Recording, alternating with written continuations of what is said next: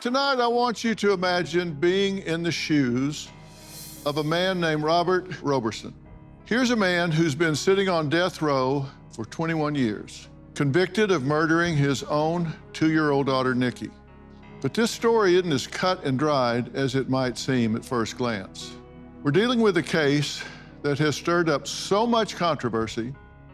On one side, we've got the Texas justice system saying Robert beat his little girl to death.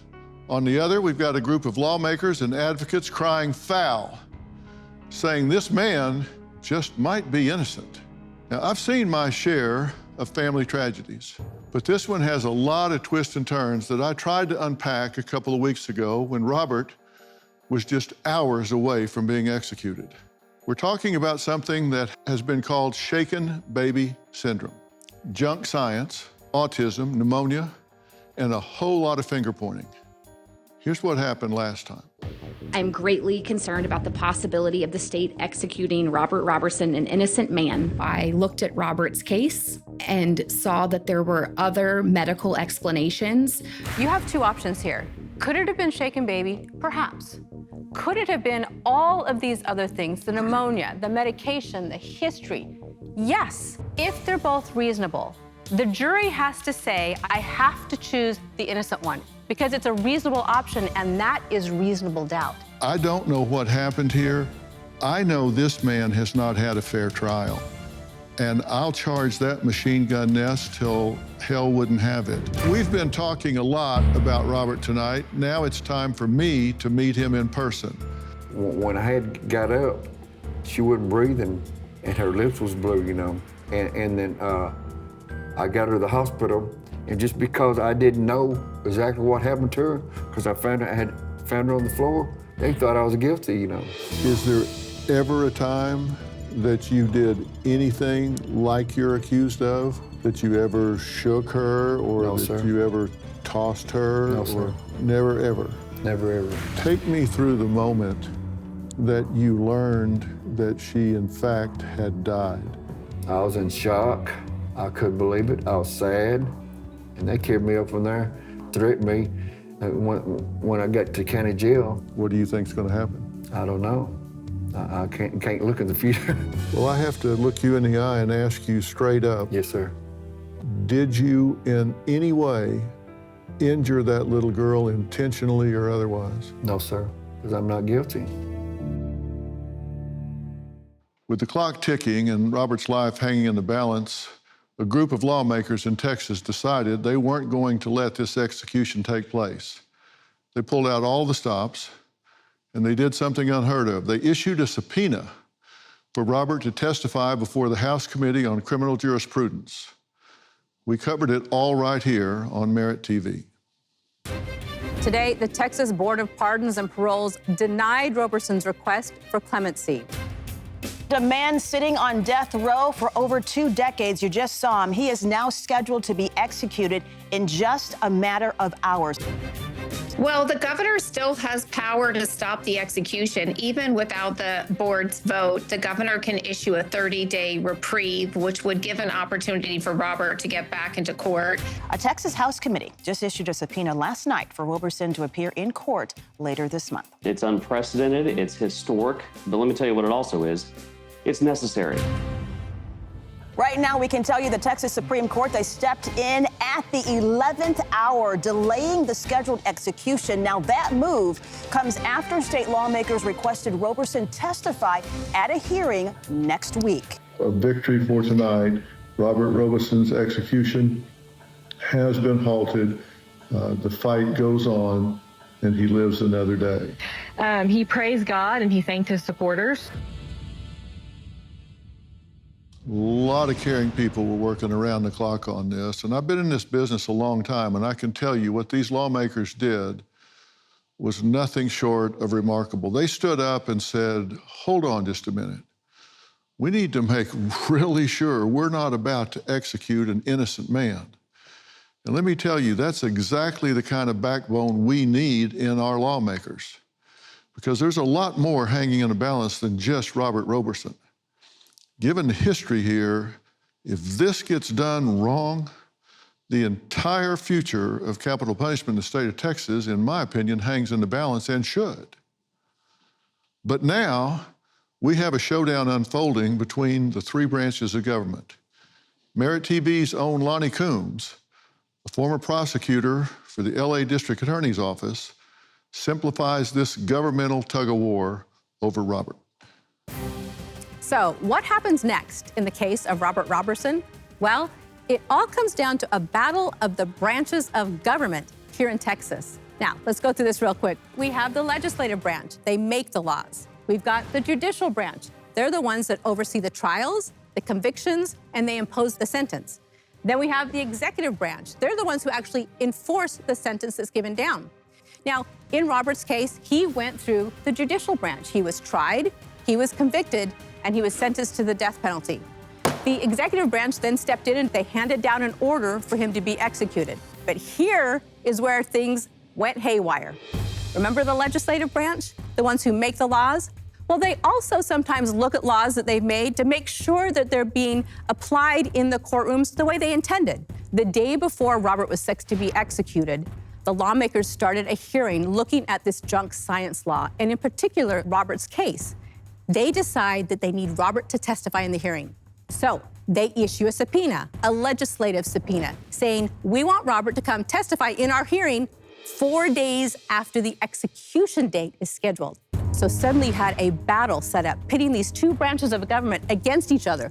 Well, the legislature went to a lower court and said, hey, we think that our subpoena should be honored, so please put a temporary restraining order on the execution order so we can have Robert testify. And the lower court agreed. Well, the executive branch didn't like that, so then they went to the highest criminal court in Texas, the Criminal Court of Appeals, and said, we think that our executive order should be honored, so lift that temporary restraining order. And they did, and the execution was back on. Now, the legislature's not ready to give up, so then they go to the highest civil court, which is the Texas Supreme Court, and they say, no, our subpoena should be honored. We have the authority to issue this subpoena. Please put that restraining order back in place so we can be honored as well. Well, the Supreme Court said, you're right, this is a civil subpoena, not a criminal subpoena. So not only do we have two branches of government fighting it out, but now we have the two highest courts in Texas, the Criminal Court of Appeal and the Supreme Court, also taking sides against each other. Well, while they're all battling this out, Robert's still alive, but it's only temporary. We don't know how long he'll be safe. Well, this case had been gnawing at my conscience, so I decided to stand up and testify in front of the Texas House Committee in Austin for over 2 hours. I broke down the facts of this case as I saw them, and I didn't mince words. I told the legislators that I am 100% convinced we're facing a miscarriage of justice in this case. My professional opinion is that this is not a man with malice. This is not someone that hurt this child. What I can tell you that goes beyond opinion, after examining the record in this case, this man has not had due process. This man has not had a fair trial. And if we start executing people in Texas absent due process, absent fair trial, we are going down a really dangerous road. That is not something that I can support. This is a calendar of the 2 years of this child's life, and every red notation is a doctor or hospital visit during her young life. This was a child that was acutely and chronically ill. On the left is a scan of her lungs, and on the right is a normal lung. This never got in front of a jury. Juries decide these things on what they see and hear, not on what they don't see and hear. It was a massive amount of outcome determinative, exculpatory evidence that was never reviewed. It was never put in front of the jury. It was never heard.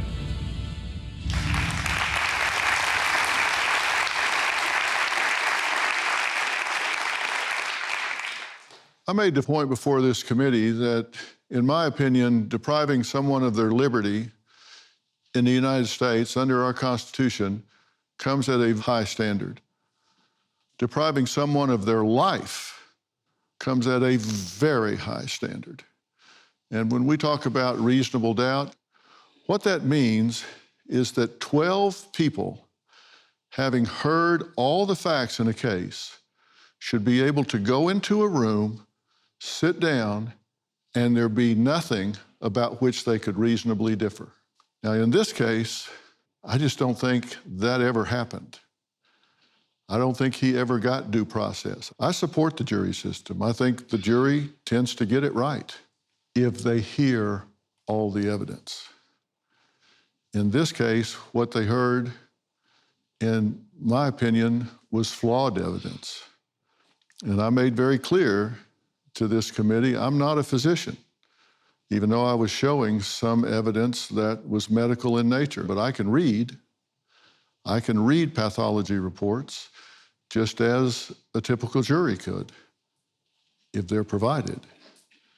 Coming up, we're going to meet a juror that was on Robert's trial, and she says that her conscience couldn't rest as Robert's execution date loomed. She'll tell us why it bothered her so much after the break.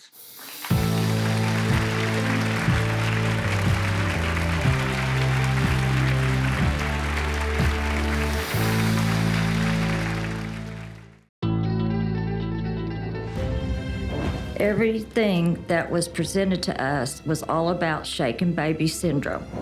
Nothing else was ever mentioned or presented to us to consider. If it had been, I would have had a different opinion and I would have found him not guilty. In 2003, Terry Compton served as a juror in Robert Roberson's capital murder trial. Now, she has recently voiced doubts about the verdict, and she's joined by Merit TV's and former Los Angeles prosecutor Lonnie Coombs. Let me be real clear about what we're talking about here. We're talking about science that has been since debunked. And what we're talking about is a specific syndrome called shaken baby syndrome that has what are called a triad of symptoms. And that means there are three things that when you see these, oftentimes emergency room physicians would conclude, based on the science, that this comes from shaken baby, correct? And what we're talking about is retinal hemorrhaging in the eyes, subdural hematoma, bleeding inside the cavity of the brain. And when you see those two things and you add to it swelling of the brain, that would be the triad of symptoms. Now, since then, science has evolved to the point that the medical community no longer concludes that. They said, no, there are a lot of other things that would create those same three symptoms in unison. So you can no longer conclude that when you see that, it means a baby has been shaken. Fair statement? Correct. It is an option still, Sure. But it's not the definitive conclusion. Right. Terry says that the jury was told by both the prosecution and the defense that this was a shaken baby case, correct? Correct. Did you hear any alternative explanations?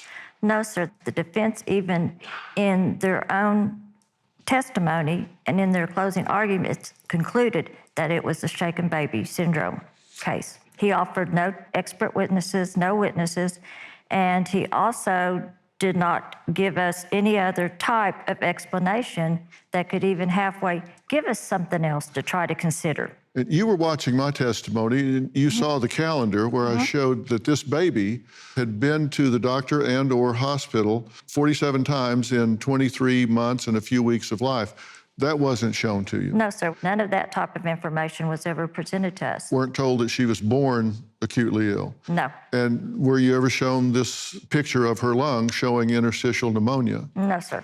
And you're certain that it was a shaken baby case? That's how it was defined. In fact, there was a demonstration given, right? Yes, sir. With a teddy bear. Do we have one on standby? Okay. Can you take this teddy bear and demonstrate what they demonstrated in trial? Prosecutors kind of went like this and shook it like this to show us how the head would shake violently back and forth of somebody shaking a child. And that's where they were trying to explain to us where they got the blunt force trauma in her head that caused all the brain damage and bruising in her head was from where basically her brain was hitting the outer side of her brain. Now, the Attorney General, Paxton, recently said this involved a murdered 2-year-old daughter by beating her. The jury did not convict on the basis of shaken baby syndrome, that he was lawfully sentenced to death and had exhausted all available appellate avenues, and the legislators interfered with the justice system by disregarding separation of powers. But the key element here that I'm focusing on is him saying the jury did not convict on the basis of shaken baby syndrome. Is that true? No, we totally convicted him on shaken baby syndrome. Lonnie, what do you make of this? You know, Dr. Phil, as a former prosecutor, I was very interested in reading this letter from the Attorney General to see the way they laid out this case. We know that they don't want this to be a shaken baby case because then it would fall under the junk science law, which says you should have relief, you should have a chance at a new trial. They said in their paper, the evidence of blunt force trauma precluded, that's the word they used, precluded the possibility that the child died from being shaken.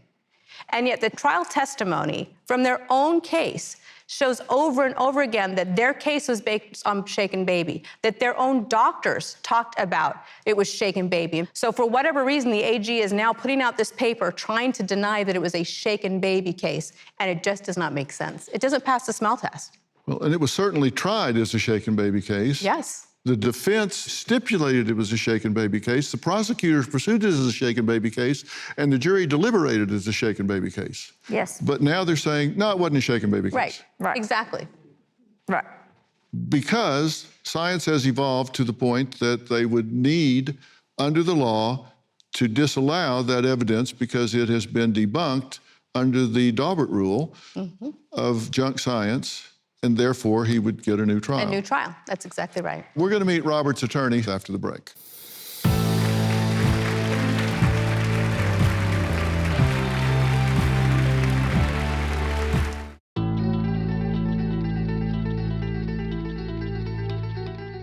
Just over a week ago, the Texas House Committee on Criminal Jurisprudence held a 9-hour hearing on the case of Robert Roberson. Now, Robert, who was subpoenaed, did not testify due to a dispute over in-person versus virtual testimony. I was there along with several others who spoke about how there were many issues with Robert's conviction. Robert's trial was grossly unfair. The science was terrible. The science has been debunked and discredited and disproven now for the past 15 years. I'm ashamed that I was so focused on finding an offender and convicting someone that I did not see Robert. I did not hear his voice.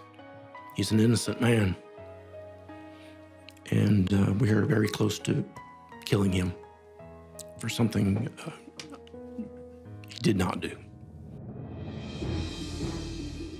Constitutional officers of the state of Texas, where a man's life literally hangs in the balance, and we are contemplating the government exercising the ultimate and most awesome power that we give a government, and that is to take a life.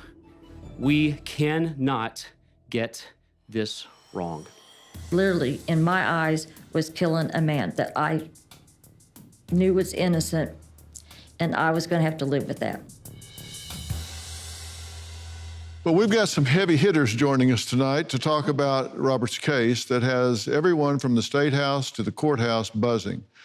Democratic Representative Joe Moody is the chair of the House Committee on Criminal Jurisprudence, and he's been leading the charge to get to the bottom of Robert's case.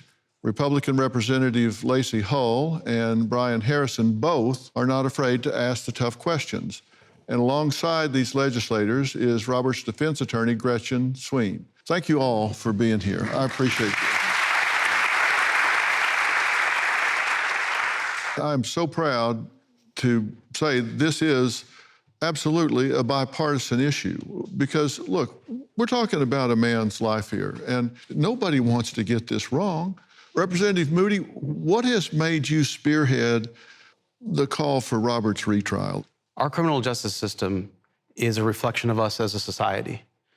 What do we think is wrong? What do we think is right? How do we punish that? And so it should be done correctly. Even if you're a supporter of capital punishments, there's no quicker way to undermine that than by sending an innocent person to die. And, to the point of bipartisanship, there is no political stripes when it comes to justice. anyone that walks in a courtroom, whether that's a prosecutor, defense attorney, the accused, or victim, should all see equal justice under the law. That should be the true north that we look towards. What is your response to Attorney General Ken Paxton's statement that you're interfering with the separation of powers? I want to start off by saying that I am a very conservative Republican, longtime supporter of capital punishment and a supporter of Attorney General Ken Paxton. But I want to real quick go back to this piece of bipartisanship, because I do think this is being falsely characterized as a Democrat-led effort to abolish the death penalty. And I would like to speak for those of us who support capital punishment by saying I think it is most incumbent upon us to ensure that innocent people are never subjected to capital punishment.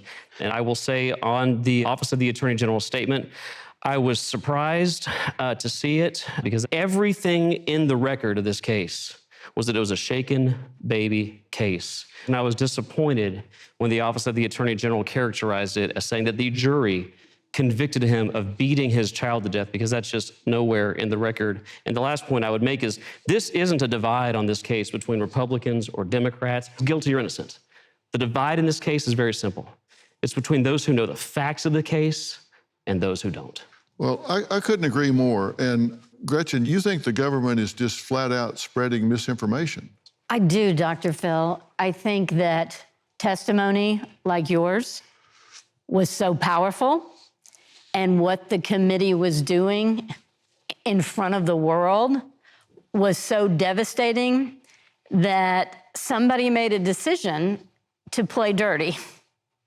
And what we've seen thereafter is just a lot of misinformation about Robert, about the case, about his history being sent out into the public sphere that makes you pause and think, if they're so confident in this case, why the dirty tricks? And if they have all this terrible stuff about Robert, why didn't they get it into the trial in the first place? And I think that should disturb every Texan. The highest law enforcement officer in the land is behind something that seems like a desperate attempt to shut down the quest for the truth.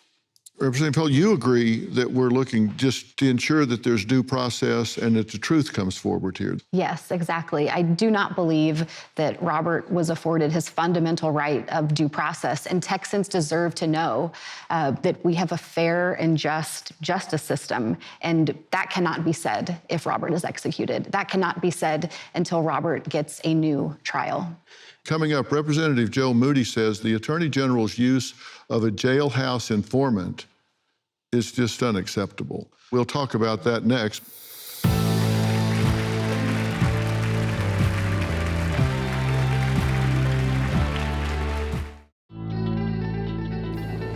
Is it your position that this particular case is not a shaken baby case? Based on the evidence that was presented at the original trial, whereas Dr. Urban said that shaking was a component, but that Nikki died from blunt force trauma, it was agreed to based on the totality of all the evidence that was presented, as far as Mr. Roberson saying himself to his psychiatrist at the time, Nikki was crying, I lost it, I shook her. Yes, we believe that's a component, but that's all that it is. It's not solely a shaken baby case, which distinguishes it from Rourke. Well, that was Anderson County District Attorney Allison Mitchell answering questions from Representative Moody at the hearing about Robert Roberson's murder trial in 2003. You just heard Allison Mitchell talking about a psychologist that she referred to as a psychiatrist. Let's not worry about details here. Saying that he had said, okay, I snapped and shook her. In context, I believe that there's also evidence that this same psychologist had counseled him to just confess and then just kill himself once he got to prison. True? Yes, Dr. Phil, and I think Robert even shared that with you when you met with him, because it's haunted him all these years. And what she said at trial is, I wouldn't take no for an answer. I kept on him until he would admit that he lost it and shook her. He never said that. This was the psychologist at trial bragging about bullying this autistic guy. What she didn't reveal is that she also said, you know, you can just go kill yourself after you get convicted and move into general population. This individual's not here, and so these are just allegations, not saying that's what happened, but you feel pretty strongly about this, and I'm sure she would say otherwise. There was also a letter from a unidentified cellmate. That came out in the record, correct? Yes, sir. That came out from Attorney General Paxton as well. Yeah, and this is one of the biggest problems with what General Paxton released. Jailhouse snitch testimony. It is when you've got other people in the jail or in the prison that are going to say, oh, well, I have evidence against this one, see if I can get a better deal. And this was used time and time again in tons of cases. In fact, it's so unreliable that we changed the law in Texas that says you cannot use this type of evidence unless it's corroborated by something else, because it's so unreliable. It led to tons of wrongful convictions. And in this case, you had a story that was being spun by this jailhouse snitch that was so vastly different from the facts of the case that even the prosecutor at the time didn't try to introduce it into trial. They couldn't proffer that testimony because it would have been lies. Well, the criminal history of this individual has 40 convictions for both misdemeanors and felonies in at least 3 states. And to avoid long prison terms, made a career of volunteering to serve as an informant. And I think we found 5 other letters that he's written. Yeah. And as it turns out, he wasn't a cellmate of Robert's at all. No, if the Attorney General is willing to put that out there in the public as fact today, that should call everything into question that they're putting out there, because it is verifiably false. Well, there was a state jailhouse informant letter where this individual said, I spoke to you about Robert Robertson's case. He put in an extra T. That's how well he knew him. About a child a while back. I wanted to know, will I be used to testify in court? Most all of you told me that the DA, Mark Calhoun, would give me my back time, 269 days. I've not received my back time. You told me he was working on it, but nothing yet. Trying to cut a deal. And that is why this type of testimony is wildly unreliable. Lonnie, would you use this as a prosecutor? Absolutely not. And what really bothers me is when you read the press release from the Attorney General's office, he writes about it like it was credible evidence. He almost implies that it was put in front of the jury when it wasn't. And he goes into very, very graphic detail about what this cellmate supposedly heard Robert say about sexual abuse. Anyone who reads this statement comes away thinking, oh my goodness, I mean, that's shocking. It inflames you against Robert, and yet it is so not credible, not true, and for the Attorney General to stoop so low, I mean, I think it's unethical. Well, coming up, Gretchen says making abuse allegations against her client should be a crime when there is no evidence. We'll start with you after the break.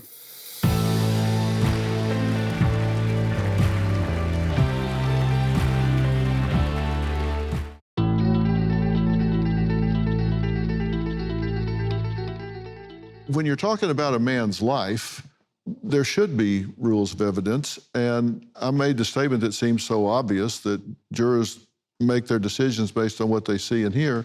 But when you make an allegation of sexual abuse of a 2-year-old little girl, that can really taint people's thoughts, feelings, beliefs, heart in a really ugly way. And there's zero evidence that anything like that took place by him or anyone else. Correct, Dr. Phil. They accused Robert of sexually abusing his 2-year-old daughter. They indicted him for that based on a nurse's suspicion that was never substantiated.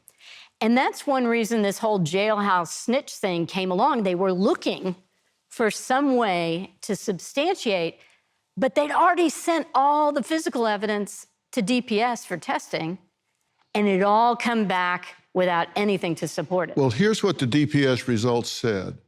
No semen detected, no spermatozoa were detected, no trace evidence was detected on a debris collection paper, which is a very sensitive test, by the way. So there was zero evidence of any supporting nature whatsoever, correct? Correct.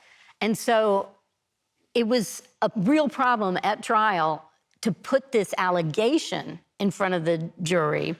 And then because it was not really substantiated, it gets dropped right before jury deliberation. Yeah, we call this payoff.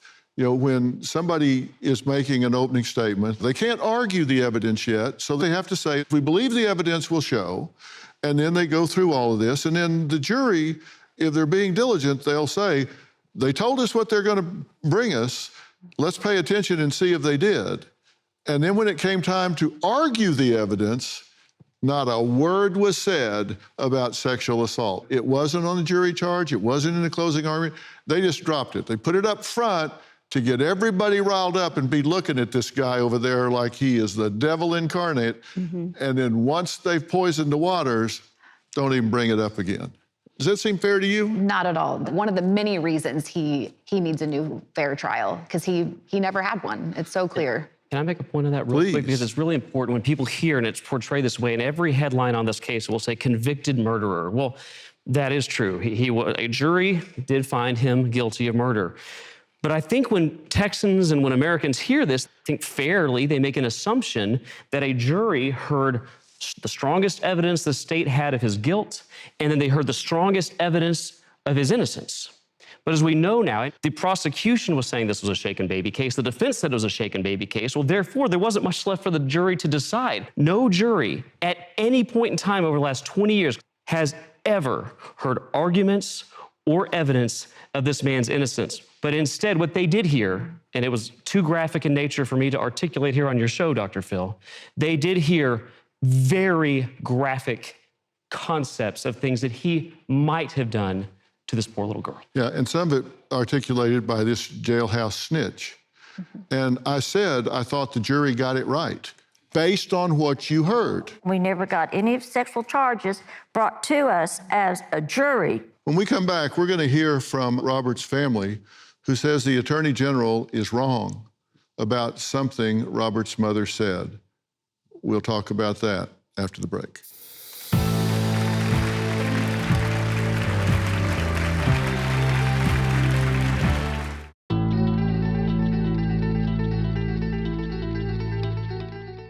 Robert Roberson has been on death row now for over 21 years. He still is under the weight of a death sentence. It is currently in limbo, and when a new date is requested, a new death certificate will be issued, and there will be a 90-day period after that, and so we have some time to work with. But that goes by really fast because the wheels of justice turn really slow. Attorney General Ken Paxton wrote that Robert Roberson's own mother said at one time, one of these days he's going to kill her and it's going to be too late for anyone to do anything about it. Well, Robert's sister-in-law was attributed to this quote, "This is an utter and complete vicious lie. Carolyn Roberson was his #1 supporter. If she could get a pass from God to come back here from heaven, she would set the record straight." Robert's brother said, "This is an outright lie. Our mother believed in him with every ounce of her being. She went to her grave fighting for him." So they have responded to this in the strongest possible way. And here's the thing. I don't know what happened at that house. I'm very confident in saying that he did not harm this child, even accidentally. But because I wasn't there, I don't know that. But I can say, having read the trial transcript, having read the expert reports, having read all the supporting documentation, and studying the science associated with shaken baby syndrome and the medical reports of this baby's short life, that he has not had due process and a fair trial. And I can say with 100% certainty that he's entitled to that. And given the questions that have been raised, why would they not do that? Bonnie, if you were prosecuting this case, wouldn't you want to know you had it right? Absolutely. You know, Dr. Phil, a lot of people think prosecutors are just supposed to rack up the convictions. We're supposed to seek justice. We're supposed to follow the facts wherever they lead us to get to the truth.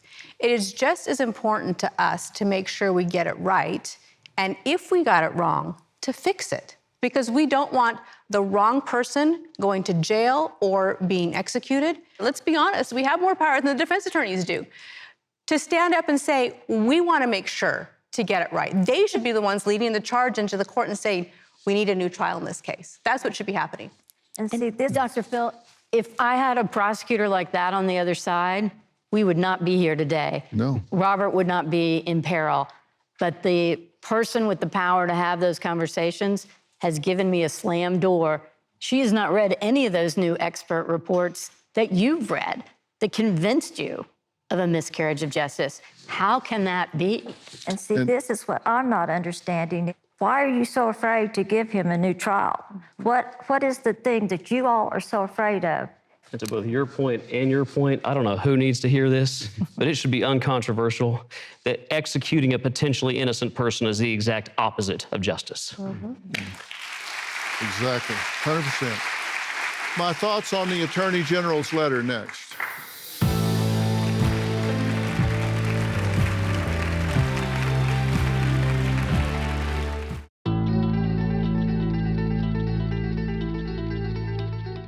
I'm going to use this time to ask for a call to action here, because we have a man that is sitting on death row. If you haven't been to death row, you can let your imagination run wild and you won't have captured what it's like to be on death row. This is where I interviewed Robert Roberson. You're waiting for him to come and get you and put you to death. And you know and truly believe that you're innocent. And I'm not asking or advocating that they just go down there and turn him loose. He has been diagnosed in 2018 as being on the spectrum, as having autism. His ability to assist in his own defense, I think, was certainly compromised.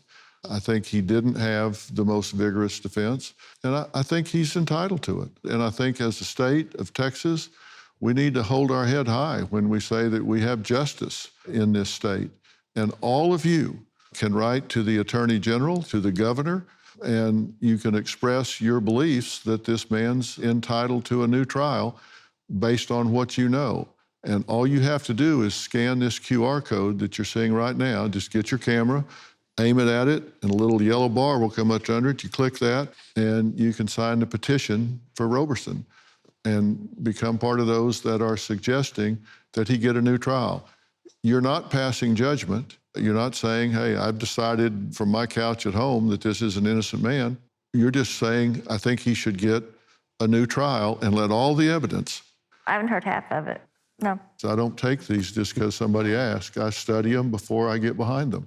But when I get behind them, I go all in. We're so grateful. And Robert's grateful.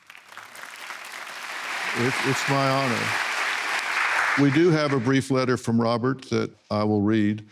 I'm so very proud of Dr. Phil for sure. Okay, I heard that he did a very great and very wonderful job for sure. Okay, I wish that I could have been there with you all. Okay, but they wouldn't let me. Okay. I wanted to be there in Austin at the state capitol to testify the whole truth for myself also, okay? I do believe that it's very important for me to be there also, okay? Thank you all for believing in me and in my actual innocence, okay? Your friend, Robert.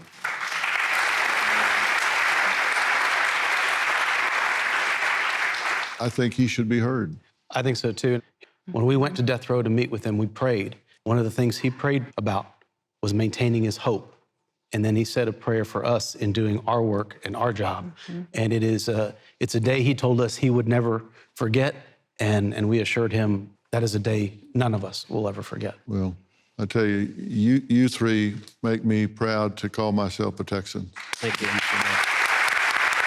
I want to thank all of my guests today. Gretchen Sween, Representative Joe Moody, Representative Lacey Hull, Representative Brian Harrison, and News on Merritt Street co-anchor Lonnie Coombs. Thank you for being here. And Terry, thank you for being a juror. You did your job with what you had. So please understand, you got it right based on what you had. And thank you so much, Dr. Phil, for letting me come here and try to help right or wrong. I really do appreciate that. Thank you, Terry. Appreciate it. And thanks to you at home for finding us here on Merit TV. To be a Merit TV insider, just text me at 59627 and simply type in Phil, P-H-I-L, and we'll keep you posted every step of the way of what we're doing and everything that's going on, important things like we're talking here. I told you this show was going to be important, studio audience. Did I tell you the truth? Did I tell you the truth? Yeah. Thank you. Good night.